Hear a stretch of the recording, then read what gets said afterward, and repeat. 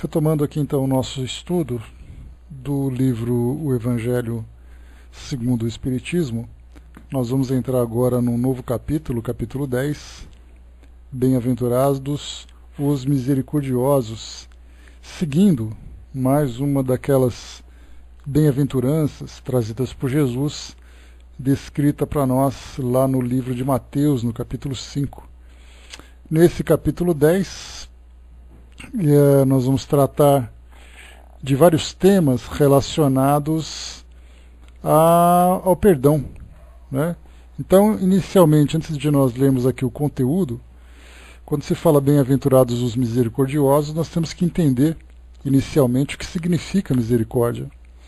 Uma definição de dicionário para nós, que fica muito mais fácil de nós compreendermos, diz assim que misericórdia é um sentimento de compaixão, despertado pela desgraça ou pela miséria alheia. A expressão misericórdia tem origem latina, é formada pela junção de miserere, ter compaixão, e cordis, coração, ter compaixão do coração, que significa ter capacidade de sentir aquilo que outra pessoa sente, aproximar seus sentimentos dos sentimentos de alguém, ser solidário com as pessoas. Então, por essa definição, nós vamos ter então como conteúdo os seguintes itens: perdoai para que Deus vos perdoe, que é o que nós vamos começar a estudar hoje; reconciliar-se com os adversários; o sacrifício mais agradável a Deus; o argueiro e a trave no olho; não julgueis para não serdes julgados; e nas instruções dos Espíritos, perdão das ofensas, a indulgência, e é permitido repreender os outros? Então esses são os temas. Inicialmente a gente pensa sempre, o que é misericórdia nesse caso, que é o compadecimento com as dores alheias, teria a ver com o perdão. Kardec ele procurou trabalhar aqui para nós por um foco que mostra que aquele que erra é aquele que se encontra numa condição de miséria moral.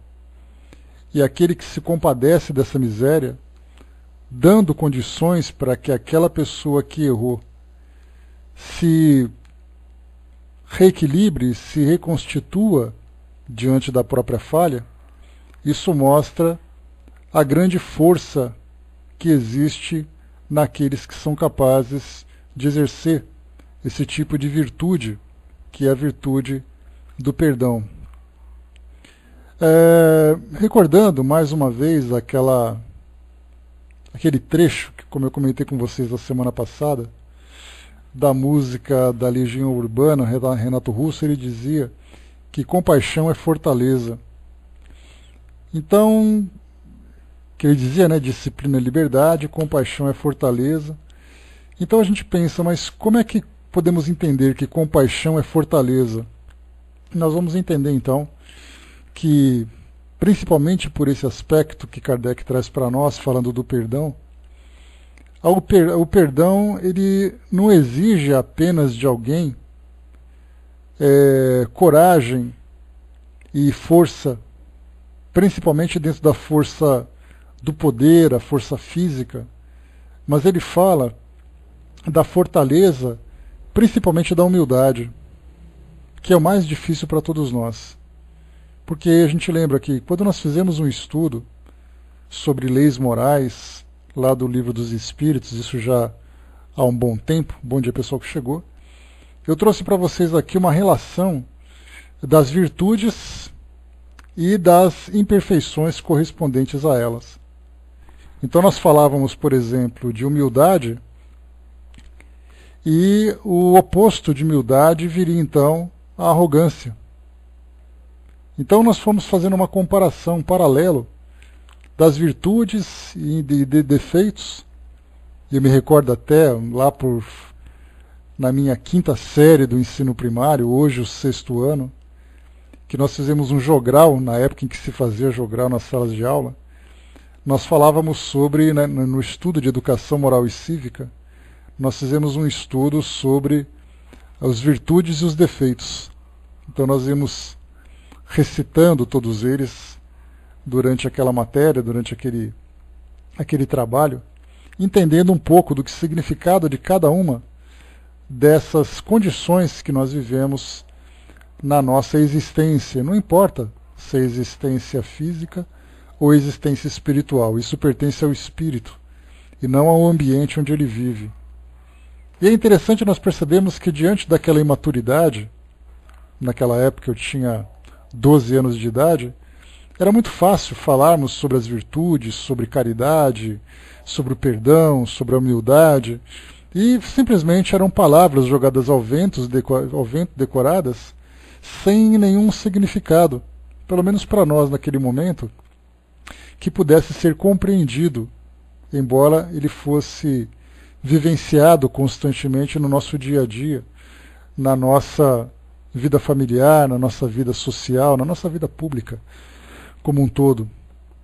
Então, com o passar do tempo, nós vamos amadurecendo e tendo um pouco mais de compreensão. Só que, de um modo geral, o que nós percebemos é que essas lições chegam para nós inicialmente de um modo prático, depois elas vão tomando um formato teórico, através dos estudos que nós eventualmente façamos, venhamos a fazer, durante um estudo de filosofia, um estudo religioso. E tudo aquilo que começa de um modo prático, ele sempre acaba iniciando de um modo imperfeito, de um modo incompleto, falho, vamos dizer assim, porque a gente vai aprendendo de acordo com as circunstâncias que vão aparecendo. Nós não vamos aprendendo na teoria, quando existe um programa de estudos elaborado, quando nós estudamos, vamos por exemplo na universidade, em que nós pegamos todo aquele conjunto de informações relativa àquela área, e aí então estudamos todas as possibilidades. E a partir dali então nós vamos, através dos estágios, através da prática, encontrando tudo aquilo que foi estudado na teoria. Isso nós vemos no nosso dia a dia, no nosso cotidiano, dentro, por exemplo, dos estudos relacionados às nossas profissões. Ou então, no caso para nós que temos uma relação interessante com a doutrina espírita, que traz para nós a oportunidade de estudo teórico e também de estudo prático, de um trabalho mais prático, do exercício dessa teoria, nós encontramos exatamente isso. Quando nos deparamos com uma situação prática, a teoria já foi absorvida, só precisamos ali então aprender a trabalhar isso diretamente com a situação que vai aparecendo. Então, quando nós falamos sobre o estudo dos valores morais, é a mesma coisa, nós vamos crescendo, aprendendo com os erros e com os acertos daquilo que nós vamos encontrando no nosso dia a dia. Então, eu não sei o que é o perdão, mas eu sempre vou encontrar alguém que por acaso venha me ofender. E aí eu vou ter que dar uma resposta para essa ofensa, que pode ser uma outra ofensa, ou pode ser a neutralidade ou a neutralização dessa ofensa através do perdão. Eu vou encontrar a pessoa que demonstra uma certa arrogância e eu posso responder com arrogância, ou eu posso trabalhar exatamente com a virtude oposta, que é a humildade. E assim a gente vai encontrando tudo isso no nosso dia a dia. Agora, com o passar do tempo, conforme a gente vai estudando isso durante os nossos estudos, nós vamos sendo mais, desenvolvendo uma maior sensibilidade para percebermos isso em situações que muitas vezes não aconteceram, nenhum dos eventos que porventura poderiam nos afetar, mas pelo fato de termos uma teoria formada, nós conseguimos já prever aquilo que poderia acontecer, detectar os elementos que favoreceriam o aparecimento, o surgimento daquela situação problemática, isso simplesmente por uma formação teórica, por uma formação, digamos, acadêmica daquilo que nós vamos absorvendo dos nossos estudos. Então, ao falarmos de virtudes como essas, e já no alto da nossa maturidade, né? Aqui ninguém se vê mais como uma criança, como um adolescente, já temos ali uma vivência, ainda que para uns uma vivência não muito longa, para outros uma vivência mais experimentada, mas todos nós então temos essa bagagem. E vamos então aprendendo com os erros e com os acertos. Nós encontramos uma ação por parte de alguém, temos uma reação, que aliás foi aquilo que nós comentamos no outro dia, é através das reações que nós medimos o nosso grau evolutivo, porque a reação ela é instintiva, aproveitando o estudo do instinto e do intelecto que nós estamos tratando lá no livro A Gênese. Então a minha ação ela pode ser racional, a minha reação é instintiva. Quanto mais equilibrada essa reação, mais evoluída eu posso me considerar perante mim mesmo. Quanto mais explosiva, mais intempestiva for a minha reação, menor é o meu autocontrole e, consequentemente, menor é a minha evolução diante de mim mesmo. Não temos necessidade de fazer nenhum tipo de comparação se eu me encontro mais ou menos evoluído que o outro. A minha maior referência sou eu mesmo, exatamente porque eu tenho que me melhorar, eu tenho que conquistar espaços diante de mim mesmo. Então, diante das nossas reações, nós vemos então que essa reação pode ser produtiva ou ela pode ser destrutiva. Sendo produtiva, isso nos fortalece cada vez mais, isso nos deixa satisfeitos com aquilo que nós estamos nos tornando. Se por acaso é uma reação destrutiva, inevitavelmente, fatalmente virá depois o sentimento de arrependimento, o sentimento de remorso, o sentimento de culpa, por termos piorado uma situação que venha a surgir na nossa frente. O detalhe é que o peso dessa reação, o peso desse sentimento de culpa, ele será maior ou menor de acordo com o entendimento que eu tenho dessa realidade. Se por acaso eu tenho um compromisso, eu tenho a intenção ou o entendimento de que eu tenho a necessidade de me melhorar, cada vez que eu erro, cada vez que eu me desvio desse percurso, cada vez que eu tropeço nesse meu propósito, eu vou sentir então um peso maior. Aquele peso que eu não devia ter feito isso, eu devia ter feito diferente, por que eu não fiquei quieto, por que não agi daquela forma. Nós vamos então, dentro daquele duelo mental de nós, conosco mesmos, vamos ali lamentando a oportunidade que nós tivemos de ter acertado. Porém, o que nós observamos é que a grande maioria de nós, isso não estamos dividindo em duas classes, aqueles que fazem certo e aqueles que fazem errado, mas nós temos ali momentos em que nós acertamos, momentos em que nós erramos. O que nós observamos são aqueles que acertam mais e aqueles que erram mais. E acertam mais aqueles que procuram acertar mais.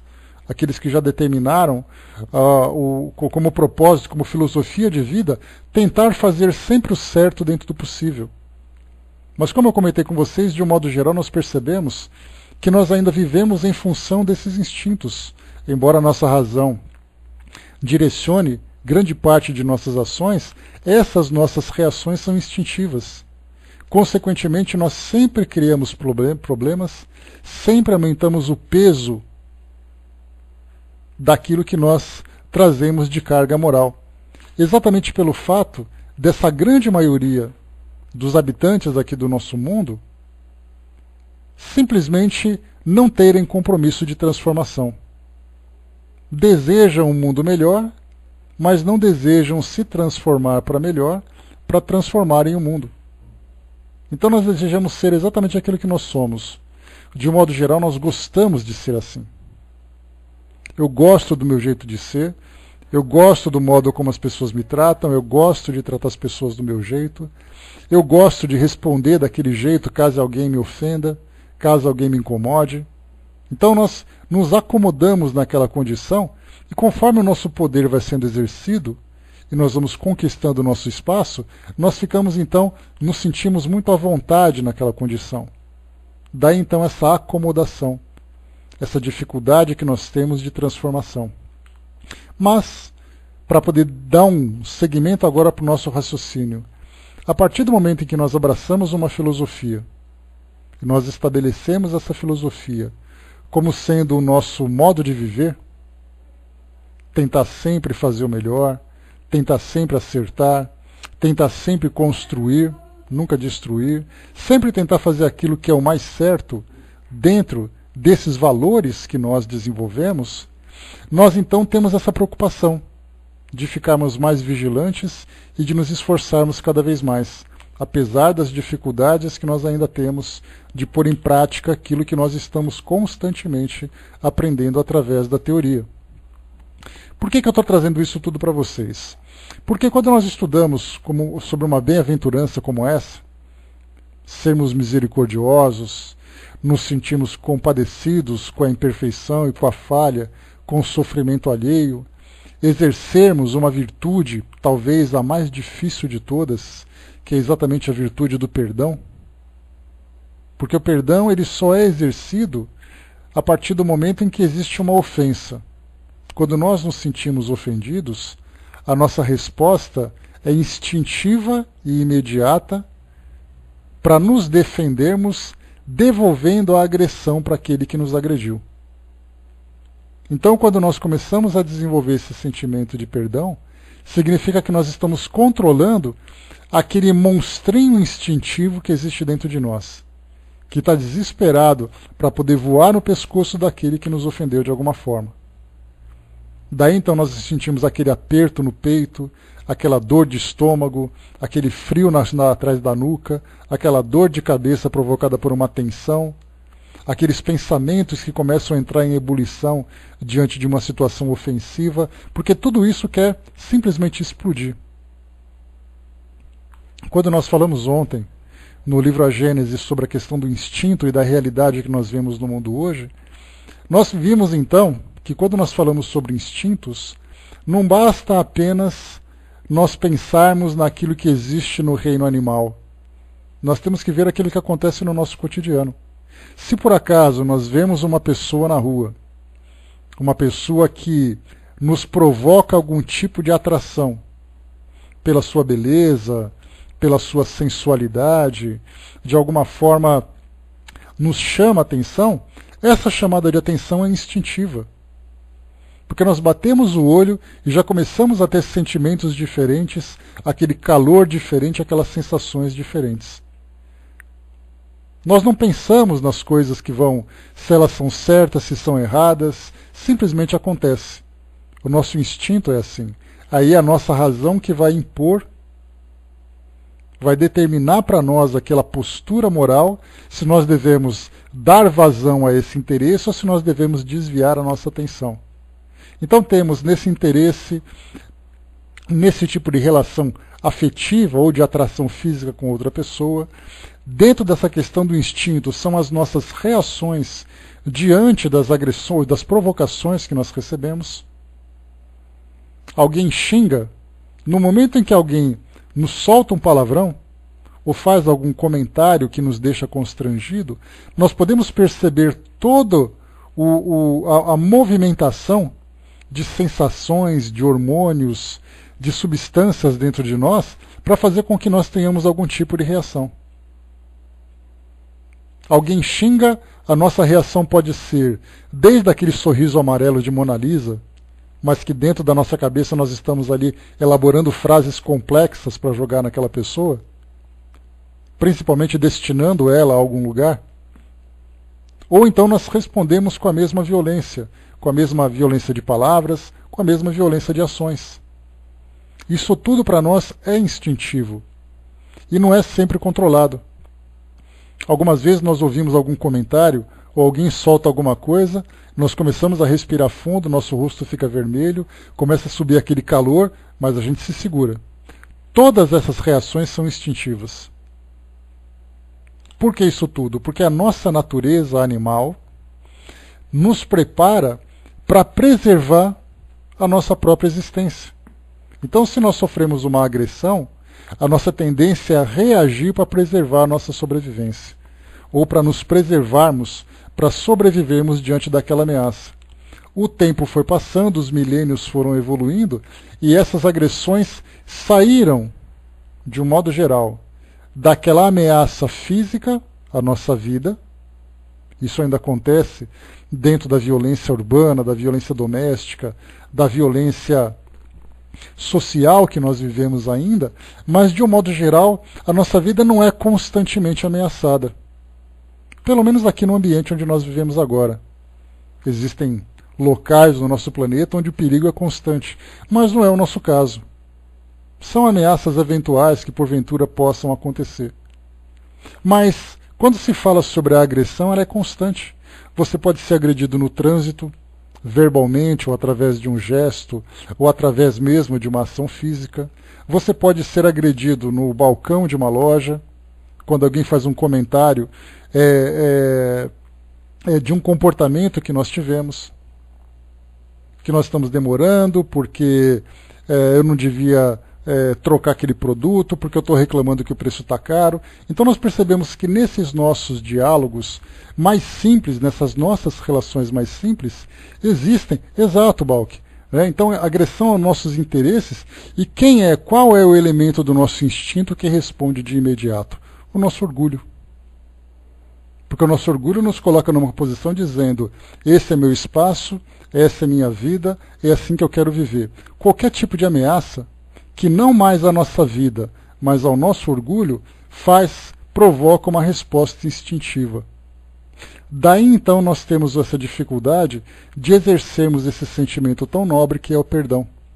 Porque o perdão significa que nós temos que inicialmente conter todas as reações instintivas que nós temos contra aquela agressão. Seja uma agressão intencional, seja uma agressão não intencional, as coisas simplesmente acontecem. É alguém que nos magoou, é alguém que traiu a nossa confiança, é alguém que nos ameaçou de alguma forma, porque ele achava que ele deveria conquistar aquilo que ele precisa em detrimento da minha perda.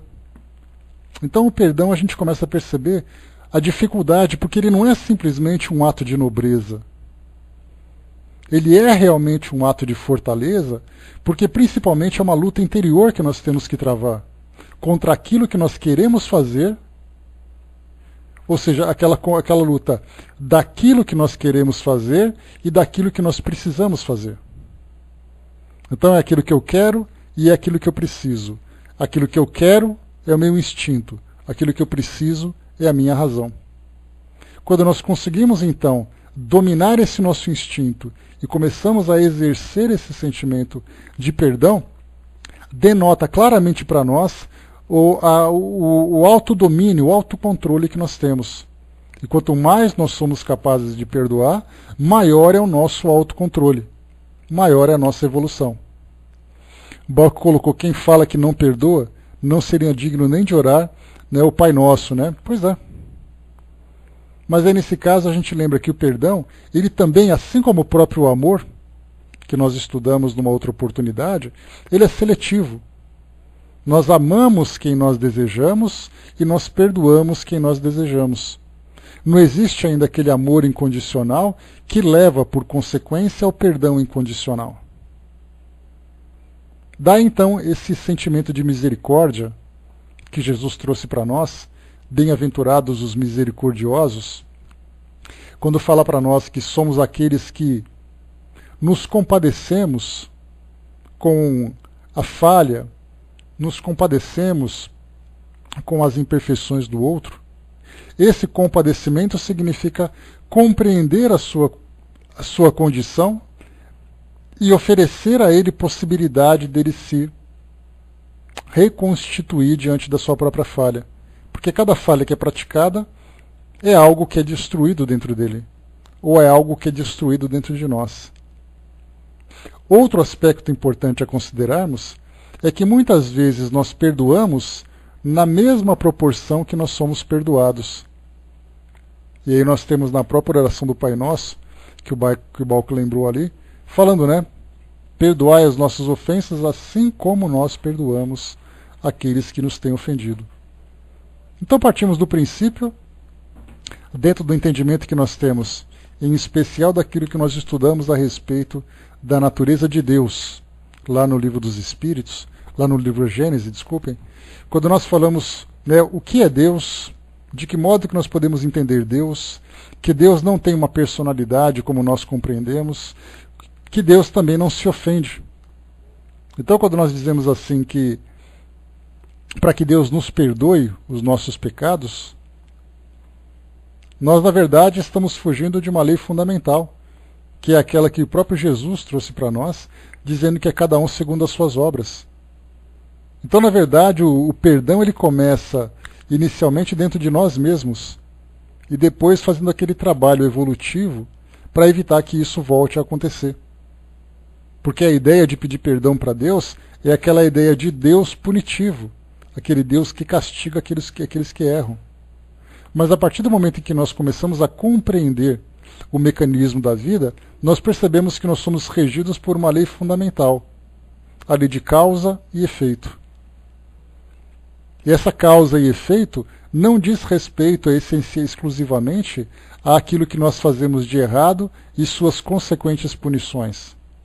Lei de causa e efeito, ela significa aquilo que eu faço certo, eu tenho uma resposta certa.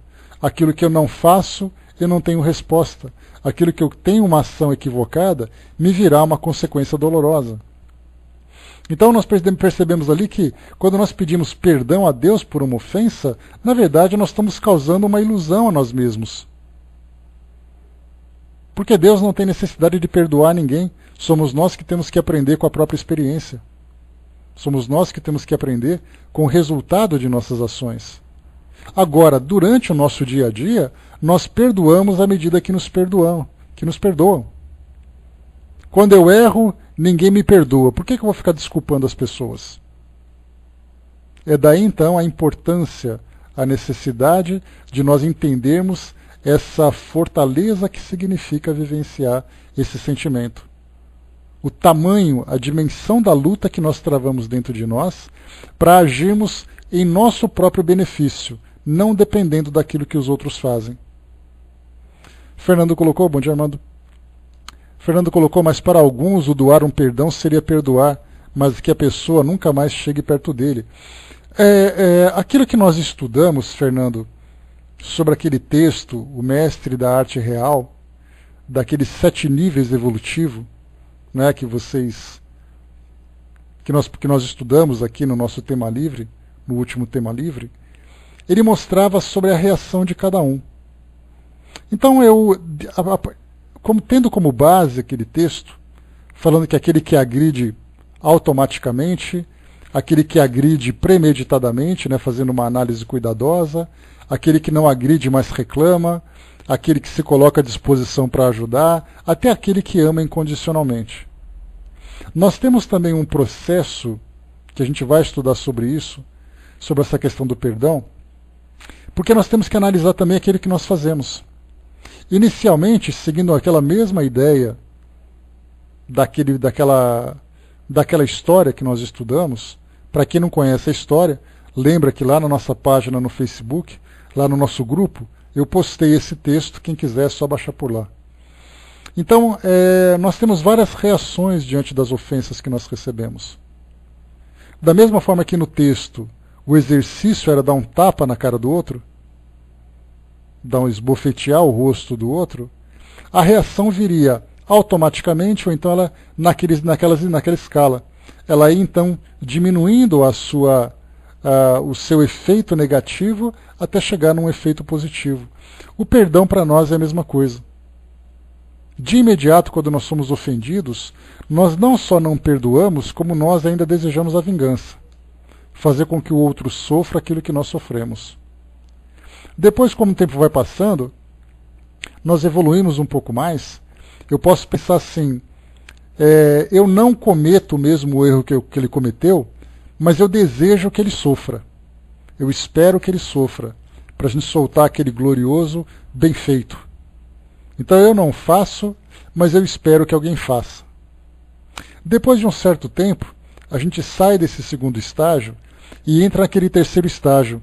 Eu não te desejo nada de bom, nada de mal, mas também não te desejo nada de bom. Então, se você sofrer, problema é seu, eu simplesmente não quero que você chegue perto.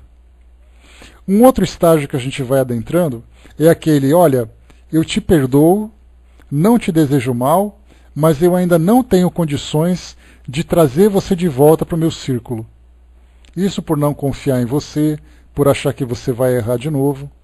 Então a gente percebe que a intensidade da nossa forma de reagir diante de uma ofensa, diante de uma agressão, ela vai se transformando. Até chegar aquele momento assim, olha, eu te perdoo, eu te abraço, tá? E vamos em frente. Ou então aquele que fala assim, olha, eu te perdoo, vamos esquecer tudo isso, eu te amo demais e vamos embora e vamos seguir nossa vida junto. Então a gente vê que cada um de nós está num estágio diferente desse tipo. E nós temos que respeitar a condição do outro, embora trabalhar para que ele possa evoluir. Porque do contrário, se nós aceitarmos, não, eu sou assim, não vou mudar, significa que nós estamos sempre cometendo os mesmos erros. Porque depois de um certo tempo, quando nós reagimos daquela forma, se nós não evoluirmos, nós saímos daquilo que é natural e começamos a persistir no erro. Porque ele se torna erro, ele se torna patológico. Então nós temos que pensar sempre assim, quais são as minhas reações, no que eu posso melhorar. Tem situações que são mais simples, se no meu trabalho alguém me ofendeu, eu sou capaz de perdoar, mas se por acaso na minha relação afetiva eu sofri uma ofensa, eu sofri uma traição da minha confiança, quando eu falo traição, não entendam necessariamente como infidelidade. Porque, na verdade, quando você confia numa pessoa, numa relação, e essa pessoa te magoa de alguma forma, ela traiu sua confiança. Então eu falo em traição numa relação entre duas pessoas que não haja interferência exterior. É somente entre elas. Então eu posso lidar de uma forma mais fácil no meu trabalho, mas eu tenho mais dificuldade para lidar com isso em casa. Eu posso lidar em algumas situações em casa, mas eu não consigo lidar com isso no trânsito. Eu tenho facilidade para lidar com quem eu conheço, mas não com quem eu não conheço, e vice-versa. Então a gente vai percebendo que cada um tem ali uma fragilidade, tem uma sensibilidade maior num campo ou outro, mas o importante é a gente sempre sair daquele estágio mais primitivo da agressão vingativa, da reação instintiva automática, até para essa condição de termos capacidade de analisar e tentarmos oferecer o perdão para minimizar o efeito daquilo que provocaram em nós. Então, mesmo que alguém chegue assim, olha, eu te perdoo, mas eu não quero que você chegue perto de mim. Eu já vivenciei isso, já vivencio isso, vocês provavelmente também vivenciam situações semelhantes.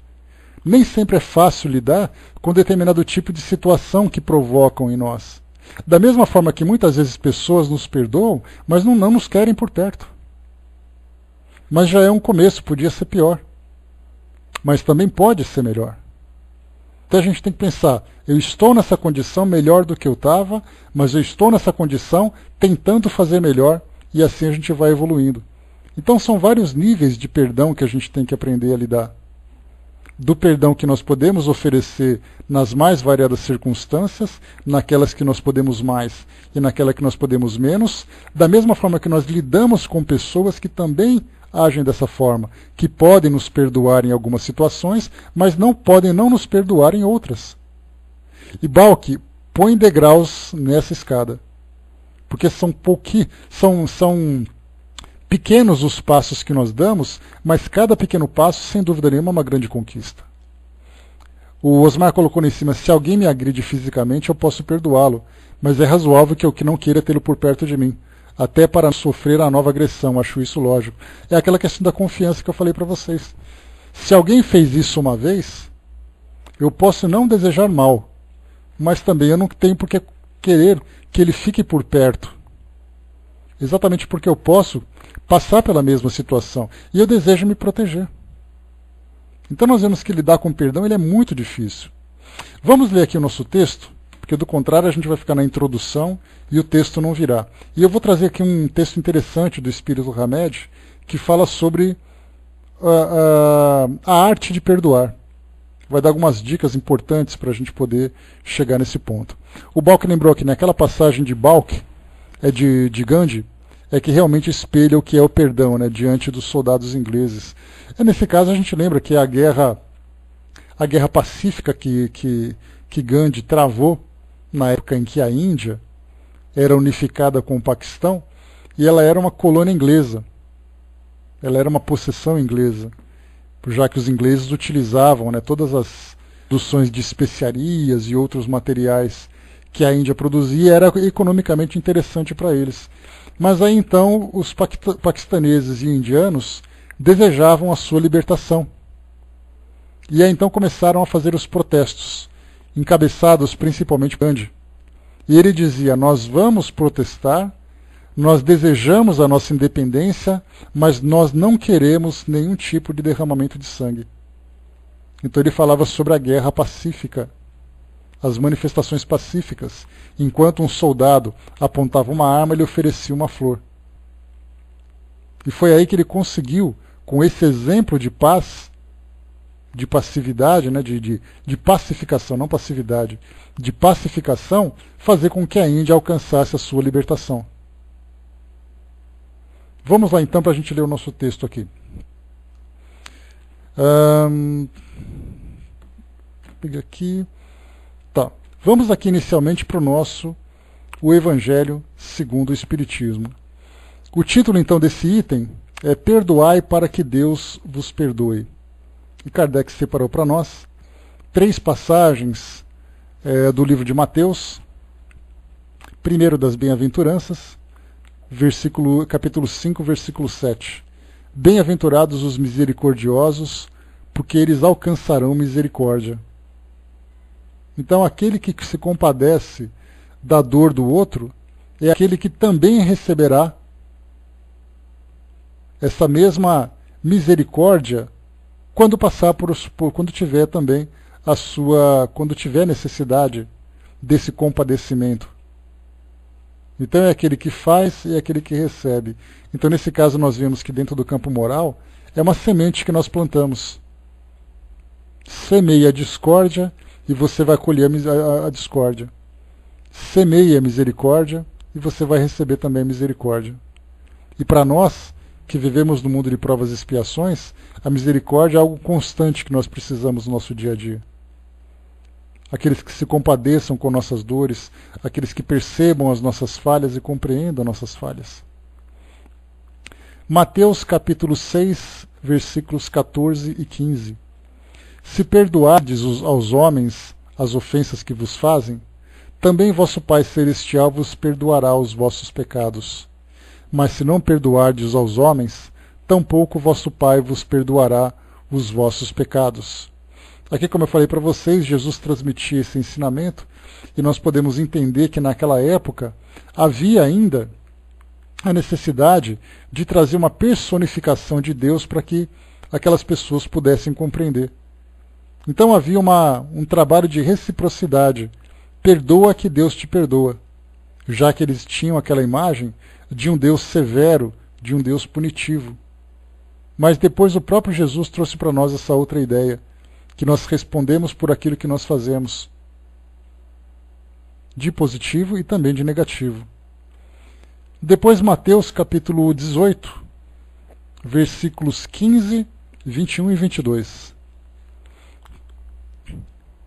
Se vosso irmão pecar contra ti, vai e corrige-o entre ti e ele somente.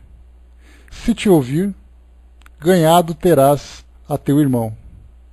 Então, chegando-se Pedro a ele, perguntou: Senhor, quantas vezes poderá pecar meu irmão contra mim, para que eu lhe perdoe? Será até 7 vezes? Respondeu-lhe Jesus: Não te digo que até 7 vezes, mas até 70 vezes 7 vezes. Então isso mostra para nós que o perdão, ele não é uma virtude que tem uma quantidade limitada que nós carregamos, mas a virtude é uma virtude ilimitada, sempre importante, até porque nós também cometemos equívocos de um modo infinito na nossa condição, o tempo todo. É o tom de voz que nós utilizamos, é um comentário que nós fazemos, é um comentário que nós deixamos de fazer. Nas nossas relações mais íntimas, principalmente, nós vemos nas situações mais sutis a falta de um elogio, uma pequena crítica. Isso acontece todos os dias. Raramente nós vemos numa família, e quando eu falo numa família, nós juntamos, claro, pais, filhos e tudo mais, em que não haja um pequeno comentário que surja aquele pequeno sentimento negativo, aquele sentimento que às vezes dá aquele aperto lá dentro em que a gente poderia dizer assim, eu preferia que isso não tivesse acontecido.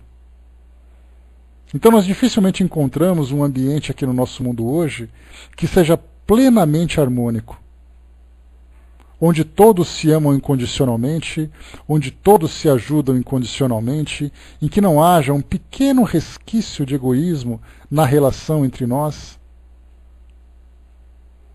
Por mais amor que haja, ainda há essa pequena falha. O amor pode ser o principal. Até porque, se não houvesse amor, a família não se manteria. Então, podemos dizer que o amor é a estrutura. Mas dentro dessa estrutura, nós temos ali aquelas pequenas rachaduras, aqueles pequenos descascados, aquelas pequenas raspadas na parede. Sempre temos alguma coisa para fazer. Por que isso tudo? Porque nós somos pessoas assim. Nós não temos condições de dizermos que somos perfeitos em todas as virtudes. O fato de não sermos perfeitos mostra exatamente isso. Então, nesse caso, se nós tivéssemos a preocupação de perdoar as pessoas tantas vezes depois eu não precisar mais perdoar, significa que eu também tenho uma cota de perdão que vai ser rapidamente utilizada. Porque a gente sempre acha que o perdão só é exercido nas grandes dores que são provocadas. Nessas situações sutis do nosso dia a dia, ninguém valoriza. E vai dizer assim, mas você está com esse bico por causa daquela bobagem? Você não quer fazer isso porque aquele dia eu fiz tal coisa? E a gente percebe que as mágoas vão se juntando, as mágoas vão se acumulando. Significa que, da mesma forma que nós nos sentimos magoados, nós também, eventualmente, magoamos as pessoas e elas sofrem silenciosas. Porque nós não ficamos perguntando, escuta, eu fiz alguma coisa contra você hoje? Você está chateado comigo por alguma coisa? Nós não fazemos isso até porque a nossa vida é tão dinâmica, você vai trabalhar, você se distancia, depois se aproxima e corre para cá, corre para lá. Então, nessa nossa dinâmica, nós estamos o tempo todo raspando uns nos outros, isso quando não damos aquela trombada de frente, né? Então nós estamos raspando o tempo todo, sempre provocando alguma coisa que vai afetar o outro, que vai incomodá-lo de alguma forma. E isso carece de perdão. E isso necessita de perdão. Para que isso não fique acumulado. Para que isso não vá gerando aquela falha estrutural que depois faz com que tudo desabe simplesmente por nada ter acontecido. André, você levantou a mão, você quer falar alguma coisa? Ou você levantou por acidente?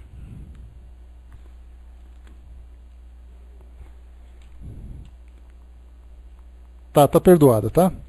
Já que o nosso tema hoje não tem problema. Então eu já exerci o meu primeiro perdão de hoje. Pronto. Viu como é simples? Então a gente vê assim, o que são situações que nós nem percebemos que podem acontecer na nossa relação diária com pessoas conhecidas e com pessoas desconhecidas, que se nós não estivermos atentos a isso, nós nos magoamos, guardamos essa mágoa, ela vai fermentar dentro de nós e vai tomar depois uma proporção que foge do nosso controle. Daí então a constância na nossa vigilância para fazer com que todas essas situações sejam rapidamente neutralizadas. Porque o perdão, a gente lembra sempre, não é simplesmente levar o alívio àquele que erra. Porque muitas vezes ele não está interessado no seu perdão. Mas quando ele tem um pouco de consciência, ele fala assim, olha, eu errei, eu não devia ter feito isso. Então, o perdão é para ele uma, digamos, uma libertação daquele sentimento. Mas o ponto principal, somos nós que nos libertamos. Ah, tá jóia então. Vai com Deus, então, querida. Beijos. Então, a gente lembra sempre que somos nós que nos libertamos. É aquela mágoa que acaba sendo dissipada, é aquela mágoa que acaba sendo depois dissolvida por esse sentimento que nós aprendemos a desenvolver todos os dias. Mas ele deve ser praticado nas situações mais simples, para que seja um treino constante, para que quando chegar uma situação mais grave, nós já tenhamos a compreensão, porque o perdão ele depende primeiro da indulgência, que é a compreensão da falha, a compreensão da imperfeição do outro. E a gente vai estudar sobre tudo isso. Então Kardec diz assim para nós, vamos lá. Item número 4. A misericórdia é o complemento da mansuetude, pois os que não são misericordiosos também não são mansos e pacíficos. Ela consiste no esquecimento e no perdão das ofensas. O ódio e o rancor denotam uma alma sem elevação e sem grandeza. O esquecimento das ofensas é próprio das almas elevadas, que pairam acima do mal que lhes quiseram fazer. Uma está sempre inquieta, é de uma sensibilidade sombria e amargurada. A outra é calma, cheia de mansuetude e caridade. Aqui vai um comentário importante que vale a pena a gente colocar a respeito do esquecimento das ofensas. Quando nós vivemos, especialmente numa relação mais próxima entre familiares, entre amigos, né, pessoas que do nosso convívio, e quando nós passamos numa situação de termos sido alvo de uma ofensa, a nossa ideia, tá, vai com Deus, Zeca, bom dia. A nossa ideia inicial é que o perdão significa que nós sofreremos uma amnésia. Eu simplesmente vou esquecer daquele fato como se ele nunca tivesse existido. Só que na verdade nós não sofremos de amnésia. Nós lembramos. Nós lembramos e muitas vezes revivemos. Porque esse é o maior problema. É nós sempre mantermos vivo aquele fato através das lembranças dos detalhes que o envolvem ou envolveram, mas principalmente nós mantermos vivo o sentimento que nós sentimos naquele momento. Então, quando se fala em esquecermos as ofensas, não significa que nós vamos esquecer o dia, que muitas vezes pode ter sido marcante para nós, mas nós nos esquecemos do sentimento, dos sentimentos que foram gerados naquele momento. Essa é a parte mais difícil para nós. Porque o grande problema é que nós temos um hábito de guardar essas sucatas afetivas, vamos dizer assim, esse lixo afetivo, que é exatamente aquilo que existe de pior, de mágoa, de ofensa, de tudo aquilo que nos provocou alguma dor moral de alguma forma, nós guardamos aquilo dentro de casa.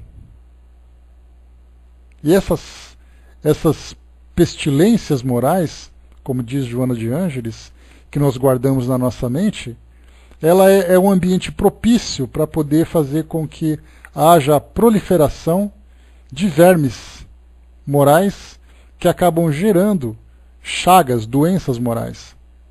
Então ela usa essa analogia, que é muito interessante, que quanto mais nós guardamos essas mágoas, mais elas crescem. E a qualquer momento ela pode surgir de novo.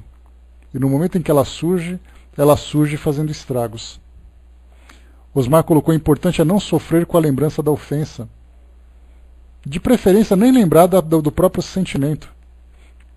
Porque a gente pensa assim: eu lembro que eu fiquei magoado, e a gente para, recria aquela mesma cena, e aí a gente pode fazer só para poder intensificar, para poder ilustrar, ou melhor, para ilustrarmos, né, essa nossa comparação. Vocês se lembram que eu comentei com vocês que Luiz Antônio Gasparetto utilizou uma analogia muito legal para orientar as crianças a respeito da intensidade dos nossos pensamentos, dos tipos de sentimentos que nós temos. E ele falava para as crianças: imagine uma luz acesa no seu peito, e essa luz ela vai mudando de cor. Quanto mais brilhante ela é, mais nobre, mais bonito é o sentimento que nós temos. É aquele sentimento de alegria, de felicidade, de amor. Agora, se por acaso essa luz começa a ficar mais escura, é o sentimento de tristeza, de raiva, de mágoa.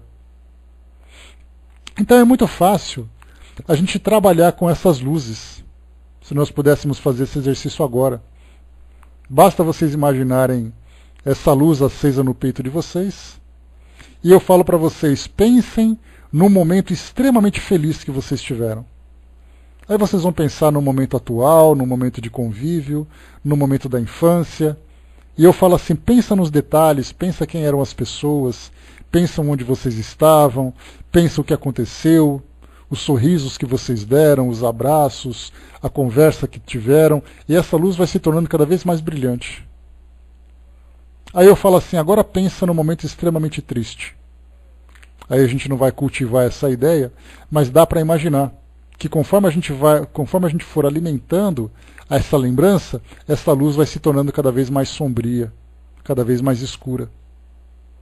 Então nós vemos que nesse exercício em que nós resgatamos lá no fundo da nossa memória fatos da nossa vida, fatos alegres, fatos tristes, nós vamos provocando em nós determinadas reações.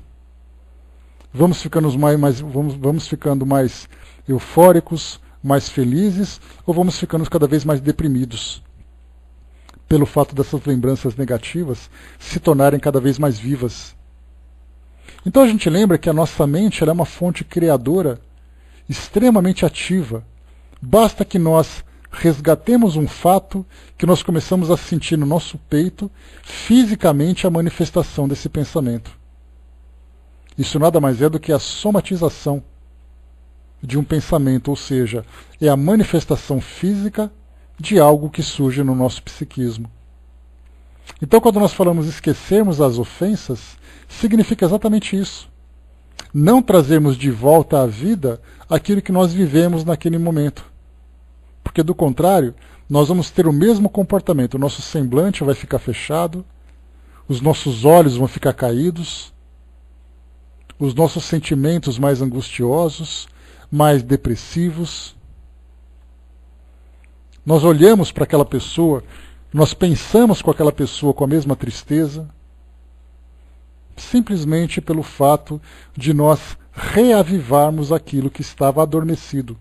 Porque os nossos sentimentos e as nossas lembranças não morrem e não desaparecem. Elas deveriam, poderiam, mas nós não conseguimos ainda. Pelo fato de nós simplesmente termos essa imagem guardada na nossa lembrança. Daí então, no momento que nós resgatamos, nós damos vida para ela de novo. E ela pode crescer de uma forma muito forte, ou ela pode apenas dar aquela pequena manifestação, mas já vai ser o suficiente para modificar os nossos sentimentos naquele momento. O Luiz colocou, o ressentimento é a raiva congelada. O ressentimento é sempre esse resgate de um modo mais intenso, né? E é sempre aquele desejo negativo que nós temos diante daquela situação, especialmente direcionado para alguém. A gente lembra de Shakespeare dizer que guardar ressentimentos é tomar veneno esperando que o outro morra. Somos nós que nos intoxicamos, somos nós que nos envenenamos de alguma coisa que o outro fez. Continuando aqui para nós. Infeliz daquele que diz: eu jamais perdoarei, porque se não for condenado pelos homens, o será certamente por Deus. Com que direito pedirá perdão de suas próprias faltas, se ele mesmo não perdoa aos outros? Jesus nos ensina que a misericórdia não deve ter limites, quando diz que se deve perdoar ao irmão, não 7 vezes, mas 70 vezes 7. Mas há duas maneiras bem diferentes de perdoar. Uma é grande, nobre, verdadeiramente generosa, sem segunda intenção, tratando com delicadeza o amor próprio e a suscetibilidade do adversário, mesmo quando a culpa foi inteiramente dele.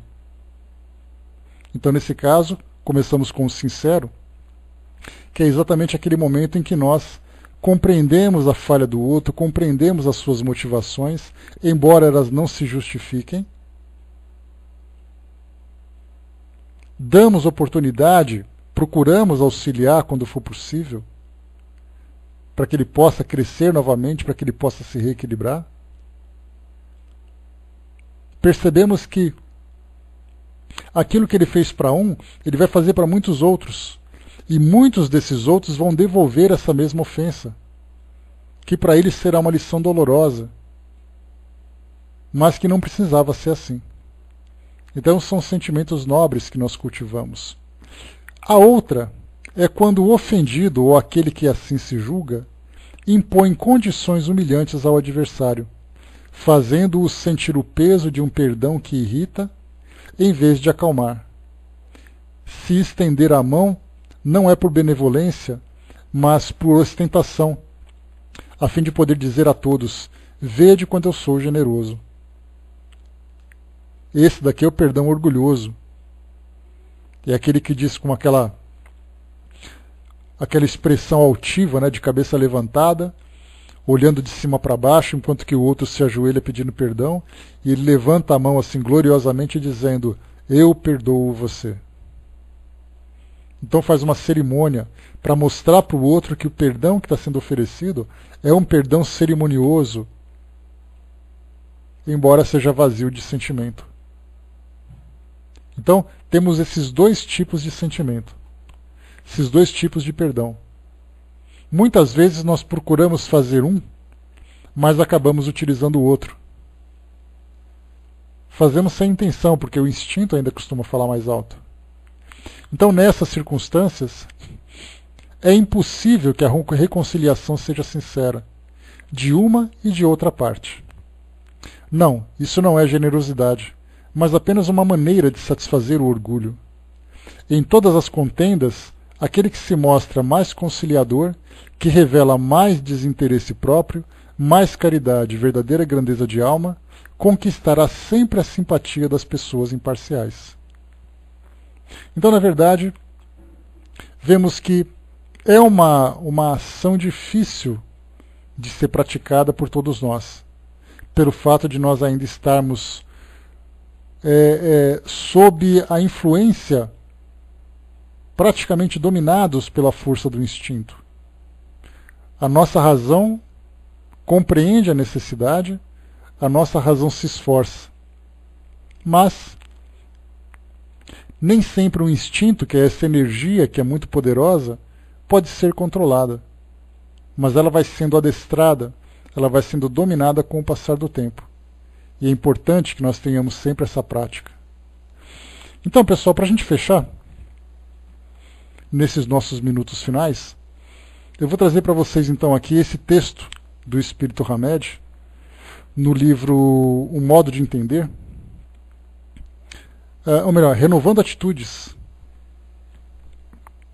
Então ele diz assim para nós, eu vou ler, né, que nesses próximos 15 minutos dá para a gente fazer uma leitura rápida aqui, sem nos prendermos muito às explicações, até porque o texto já é explicativo. Então o texto é chamado Aprendendo a Perdoar. Ele traz para nós essa passagem, uma passagem do Evangelho segundo o Espiritismo, capítulo 10, item 2. Se perdoardes aos homens as faltas que eles fazem contra vós, vosso Pai Celestial vos perdoará também vossos pecados. Mas se não perdoardes aos homens quando eles vos ofendem, vosso Pai também não vos perdoará os pecados. O nosso conceito de perdão tanto pode facilitar quanto limitar a nossa capacidade de perdoar. Por possuirmos crenças negativas de que perdoar é ser apático com os erros alheios, ou mesmo aceitar de forma passiva tudo que os outros nos fazem, é que supomos estar perdoando quando aceitamos agressões, abusos, manipulações e desrespeito aos nossos direitos e limites pessoais, como se nada tivesse acontecendo. Perdoar não é apoiar comportamentos que nos tragam dores físicas ou morais. Não é fingir que tudo corre muito bem, quando sabemos que tudo em nossa volta está em ruínas. Perdoar não é ser conivente com as condutas inadequadas de parentes e amigos, mas ter compaixão, ou seja, entendimento maior através do amor incondicional. Portanto, é um modo de viver. O ser humano, muitas vezes, confunde o ato de perdoar com negação dos próprios sentimentos, emoções e anseios, reprimindo mágoas e usando supostamente o perdão como desculpa para fugir de realidade que, se assumida, poderia como consequência alterar toda a vida de relacionamento. Uma das ferramentas básicas para alcançarmos o perdão real, é manter-nos a uma certa distância psíquica da pessoa problema, ou das discussões, bem como dos diálogos mentais que giram de modo constante em nosso psiquismo, porque estamos engajados emocionalmente nesses envolvimentos neuróticos. Aqui só um comentário, ele diz assim que nós devemos nos afastar psiquicamente. Significa que nós nos desligarmos temporariamente daquela circunstância. Se houver necessidade, mantemos uma distância física também. Porque como nós estamos envolvidos diretamente naquela questão, dificilmente nós vamos conseguir trabalhar esse esquecimento que nós comentamos ou permitir que aquele sentimento adormeça. Então cada um utiliza a estratégia que lhe é conveniente. Se eu conseguir conviver naturalmente, mas não tocar nesse assunto, esquecer, fazer de conta que não existiu, ótimo. Se eu achar que é melhor me distanciar ou conviver o menos possível, mas tentando manter a harmonia tanto quanto possível, então esse é o melhor caminho. Ao desprendermos-nos mentalmente, passamos a usar de modo construtivo os poderes do nosso pensamento, evitando os deveria ter falado ou agido, e eliminando de nossa produção imaginativa os acontecimentos infelizes e destrutivos que ocorreram conosco. Em muitas ocasiões, elaboramos interpretações exageradas de suscetibilidade e caímos em impulsos estranhos e desequilibrados, que causam em nossa energia mental uma sobrecarga, fazendo com que o cansaço tome conta do cérebro. A exaustão íntima é profunda. A mente recheada de ideias desconexas dificulta o perdão, e somente desligando-nos da agressão ou do desrespeito ocorrido é que o pensamento sintoniza com as faixas da clareza e da nitidez, no processo denominado renovação da atmosfera mental. É fator imprescindível, ao separar-nos emocionalmente de acontecimentos e de criaturas em desequilíbrio, a terapia da prece, como forma de resgatar a harmonização de nosso interior. A qualidade do pensamento determina a ideação construtiva ou negativa, isto é, somos arquitetos de verdadeiros quadros mentais que circulam sistematicamente em nossa própria órbita áurica. Por nossa capacidade de gerar imagens, ser fenomenal, é que essas mesmas criações nos fazem ficar presos em monoideias, ou seja, aquelas ideias fixas. Desejaríamos tanto esquecer, mas somos forçados a lembrar, repetidas vezes, pelo fenômeno da produção-consequência. Desligar-se ou desconectar-se não é um processo que nos torna insensíveis e frios, como criaturas totalmente imperfeitas às ofensas e críticas e que vivem sempre numa atmosfera do tipo ninguém mais vai me atingir ou machucar. Desligar-se quer dizer deixar de alimentar-se das emoções alheias, desvinculando-se mentalmente dessas relações doentias de hipnoses magnéticas, de alucinações íntimas de represálias, de desforras de qualquer matriz, ou de problemas que não podemos solucionar no momento. Ao soltar-nos vibracionalmente desses contextos complexos, ao desatar-nos desses fluidos que nos amarram a essas crises e conflitos existenciais, poderemos ter grande chance de enxergar novas formas de resolver dificuldades com uma visão mais generalizada das coisas e de encontrar cada vez mais instrumentos adequados para desenvolvermos a nobre tarefa de nos compreender e de compreendermos os outros. Quando acreditamos que cada ser humano é capaz de resolver seus dramas e é responsável pelos seus feitos na vida, aceitamos fazer esse distanciamento mais facilmente, permitindo que ele se comporte como queira, dando-nos também a mesma liberdade. Viver impondo certa distância psicológica às pessoas e às coisas problemáticas, seja entes queridos difíceis, seja companheiros complicados, não significa que deixaremos de importar com eles, ou de amá-los, ou de perdoar-lhes, mas sim de que vivemos sem enlouquecer pela ânsia de tudo compreender, padecer, suportar e admitir. Além do que, desligamento nos motiva ao perdão com maior facilidade, pelo grau de libertação mental que nos induz viver sintonizados em nossa própria vida e na plena afirmação positiva de que tudo deverá tomar o curso certo se minha mente estiver em serenidade.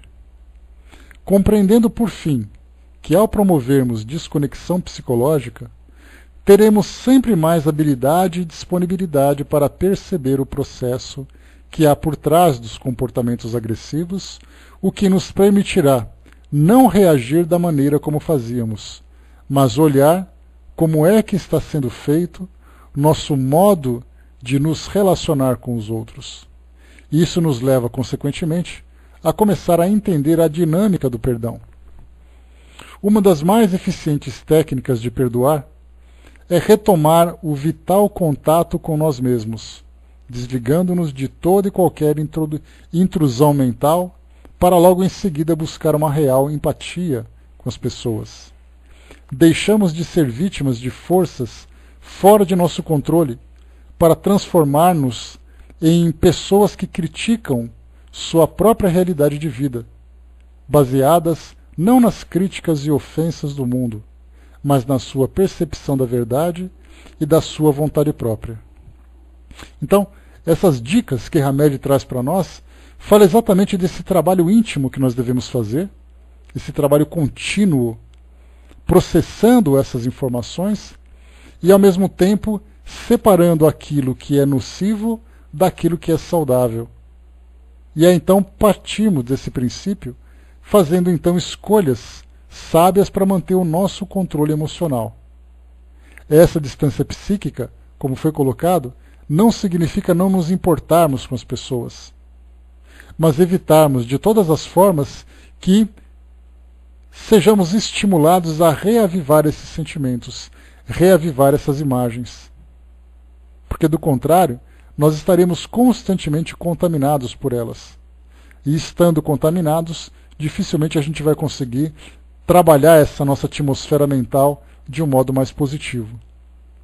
É um trabalho que vem com a prática, é um trabalho que vem com o exercício, que não acontece de um dia para outro. Para muitos de nós que começamos agora a fazer esse trabalho de vigilância, de transformação, de autocontrole, é algo que vai ter um longo caminho pela frente. Para aqueles que já começaram, é só intensificar esse trabalho, lembrando sempre que perdão não significa concordância ou conivência com aquilo que acontece. O perdão, ele é educativo também. Tanto quanto possível, auxiliarmos, mas auxiliarmos para que isso não volte a acontecer também. Então, pessoal, o primeiro item que nós estudamos, perdoai para que Deus vos perdoe. Vimos um pouquinho aqui sobre o perdão, sobre o efeito dele sobre nós, sobre o efeito dele sobre as pessoas. E é bastante comum nós encontrarmos no meio espírita palestras, entrevistas, textos, livros publicados que falam sobre esse tema. Exatamente porque ele é uma das maiores dificuldades que nós enfrentamos. Então os espíritos, quando nos observam ou nos inspiram nesse caminho, notam que todas as vezes que sentimentos negativos brotam dentro de nós, eles geram uma reação também negativa. E aí nós lembramos de uma passagem bastante interessante de André Luiz, quando ele diz assim: sejamos nós a estação final do mal. Ou seja, se uma ofensa vem em nossa direção, nós temos que aprender a neutralizá-la, não absorvê-la, porque se nós absorvermos a ofensa, significa que nós aceitamos o impacto que ela provoca em nós, e também não devolvermos, porque do contrário nós estamos multiplicando e intensificando o seu efeito. Então temos que aprender a neutralizar. É um trabalho difícil, muitas vezes feito às custas de lágrimas, é aquela dor que nos faz chorar, é aquela dor que nos incomoda, mas se conseguimos neutralizá-la, isso para nós já será uma grande virtude. E mais do que isso, uma grande lição que nós transmitimos para aquele que foi o agressor, que ele pode naquele momento não perceber, mas que futuramente ele vai se dar conta disso. A Érica colocou: tenho dificuldades em perdoar pessoas mentirosas e traidoras. Esse trabalho, Érica, ele começa que quando você fala que não consegue perdoar, que você tem dificuldades, significa que você guarda essas mágoas. Então, na verdade, as pessoas que são mentirosas e traidoras, lamentavelmente, elas perderam a confiança. Então nós temos que tratá-las como pessoas que infelizmente não merecem a nossa confiança. Mas não significa que nós tenhamos que nos envolver emocionalmente com elas. Julgá-las, condenando-as por aquilo que elas são. São falhas, sofrem as consequências não apenas com você ou conosco, né, que quando convivemos com situações assim, mas elas sofrem o tempo todo. Então, na verdade, o nosso perdão significa: eu não guardo mágoas por aquilo que ela fez, mas também não darei mais o direito dela me afetar novamente. É uma forma de nós nos protegermos. Porque, do contrário, perdoa, sofre, perdoa, sofre, perdoa, sofre. Significa, na verdade, que ele está cultivando o martírio. Ele está se auto-martirizando, esperando alcançar alguma coisa proveitosa. Só que, na verdade, ele precisa trabalhar para poder se educar, saber neutralizar isso tudo e, de alguma forma, tentar transmitir esse ensinamento para aquele que erra, quando for possível. Então, lembremos sempre que, quando nós neutralizamos a ação de alguém sobre nós, significa que não importa o que ele faça, ele sempre vai ser responsável por tudo aquilo que ele causar e nós não sofreremos essas consequências. Claro que em situações temos que tomar medidas, inclusive medidas drásticas. Pessoas, por exemplo, que nos escrevem em atendimento fraterno dizendo o seguinte: olha, eu fui caluniada por tal pessoa no meu ambiente de trabalho, isso me prejudicou. Como é que eu faço para perdoá-la? O perdão começa na compreensão da falha do outro. Começa no reequilíbrio íntimo. E depois, dependendo daquilo que ela sofreu, ela tem o direito a recorrer a uma ação judicial contra aquela pessoa. Então nós vemos que aquilo que nós fazemos dentro do nosso mundo material, ele abrange vários campos de ação. É o campo emocional, é o campo psíquico, é o campo social, o campo jurídico. Então as medidas devem ser tomadas para que a pessoa possa se proteger. Mas aí é a grande questão. A ação que você está tomando visa a sua proteção ou visa o sentimento de vingança? Se nós temos que nos proteger, tomemos a ação de proteção. Se essa ação protetora nos provoca aquele sentimento de satisfação pela vingança, então nós temos que ser vigilantes com relação a isso. Então trabalhemos e neutralizemos tanto quanto possível a ação de outras pessoas. Se por acaso essas pessoas mentirosas e traidoras fazem parte do nosso círculo, que elas sejam então afastadas. Pelo fato delas não terem condições, não porque elas não merecem, porque do contrário vai parecer que eu sou superior a elas, mas porque elas não estão em condições de terem uma relação saudável comigo. Então eu opto por me distanciar ou distanciá-las do meu convívio. São ações simples que nós temos que tomar, mas o que nós temos que observar principalmente, quais são as nossas motivações para cada tipo de ação. É a motivação de vingança? É a motivação de desprezo? É a motivação de superioridade? Tudo isso é imperfeito. Somos tão imperfeitos quanto eles. Eles erram de uma forma, nós erramos de outra. Então temos que desenvolver em nós essa sabedoria através dessas estratégias de autoproteção e também de auxílio quando for possível. Como eu falei para vocês, é difícil, cada um vai encontrar o seu próprio caminho, cada um vivencia experiências muito particulares. Então nós precisamos aprender com essa sabedoria a analisar cada circunstância para crescermos intimamente diante disso tudo. E cada vez que isso voltar a acontecer, de imediato devolvamos então com sorrisos. Lembremos sempre Joana de Ângela, ela diz assim que toda mão que entrega uma flor guarda um pouco do seu perfume. Então que o perdão seja exatamente essa flor que nós entregamos a essas pessoas. Pessoal, fechando por aqui então o nosso estudo de hoje. Falamos então sobre esse tema, o perdão aqui no nosso Evangelho no item número 2. O nosso próximo item será o reconciliar-se com os adversários, que também é difícil, porque muitas vezes nós perdoamos, mas perdoamos mantendo o outro longe, como nós conversamos há pouco. Agora, a reconciliação já é algo que demanda de nós um esforço